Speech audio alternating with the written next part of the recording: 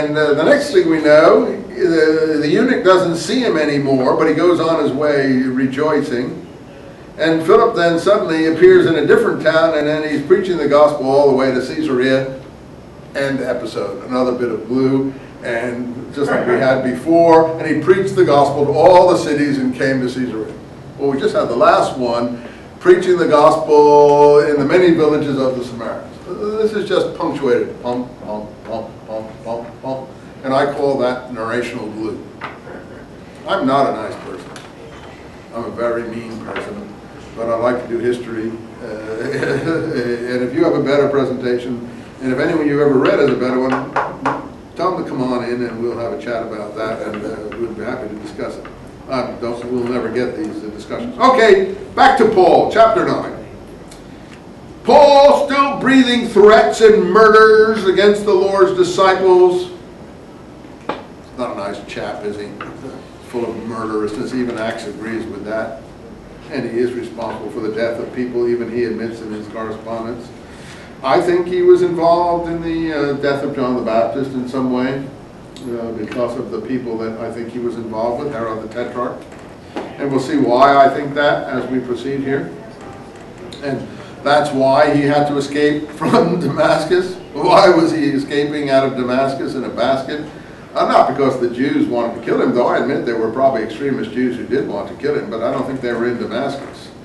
The people in Damascus were the Arab authorities who were after him because of the problem with Aretas and Herod the Tetrarch, in which situation John the Baptist was murdered because John the Baptist was on the side of Aretas and Aretas' daughter and didn't think that those divorces were proper. In any case, he wanted to get letters from the high priest to the synagogues in Damascus. Let's see, yeah, what synagogues in Damascus? How many synagogues were there in Damascus? What is it talking about here? Synagogues in Damascus. What, there were lots of synagogues? Damascus is this huge bustling place with 20 synagogues? No, I don't think so. And in the Dead Sea Scrolls now we know that there was a land of Damascus that was very important to these opposition people. And the land of Damascus is where the new covenant was going to be raised, and that's what we're having discussed here. The new covenant is Christianity, according to this. The new covenant in the Dead Sea Scrolls is where the well of living waters is going to be erected or dug. And this is in the Damascus document if you want to look at it. I have a book on that which has a translation of it down in the bookstore called The Dead Sea Scrolls and the First Christians. It's being sold in Barnes & Noble now. It's got a lot of errors editorially in it because they never did a final editorial check that you're going to make sure it doesn't return my new book. It's still got a good translation of the Damascus document, and it's in column 6 if you want to read about the new covenant in the land of Damascus and the Damascus document, where the well of living waters was going to be dug. But that is really to separate the holy things and set the holy things up according to precise specifications, and to separate the holy things from profane. Guess what Peter is going to learn in about 2 more chapters, or 1 more chapter? Not to separate the holy things from the profane. So again, with the new information that we have, I can almost identify the very thing each portion of Acts is arguing against and what it's concerned about. I've now told you what I think the eunuch episode is concerned with. Now we're going to get the Damascus thing. And I think the synagogues in Damascus, I don't think there were a lot of synagogues in Damascus. If there were any, maybe there was one. Has to do with the settlements in the land of Damascus in the Dead Sea Scrolls, the desert camps, as they're told.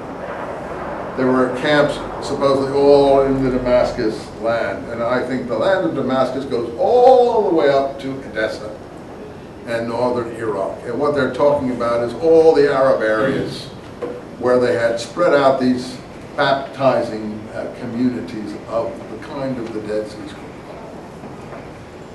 That is presented as the synagogues at Damascus. I think Paul did go to these places.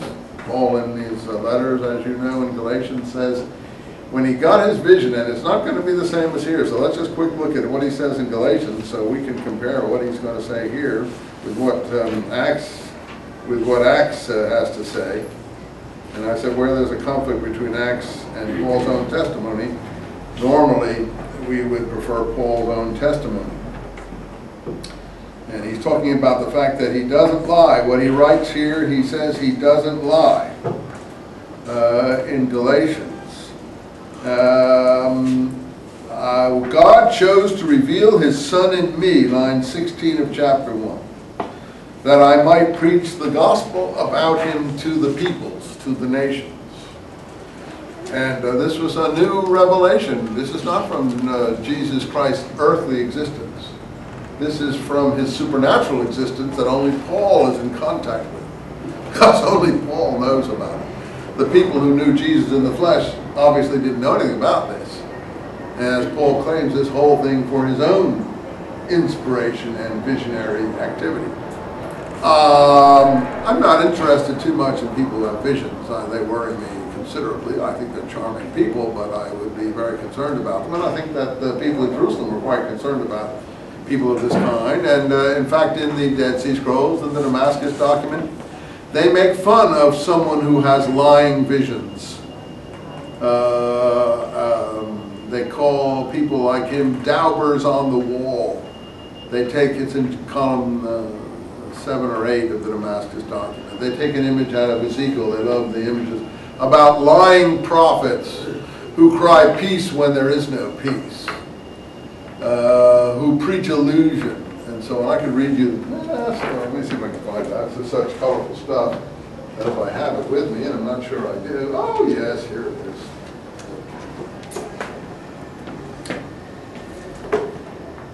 I hope this doesn't bore you guys too much hearing the scrolls. It's great stuff. That makes the scrolls so great, and my colleagues just make a joke out of the scrolls because they fail to tell anyone what beautiful stuff is in here. Column 6, so about his holy Messiah they refer to, which our other translators put in the plural, but which is in the singular because they don't want to omit there's a singular Messiah in this text.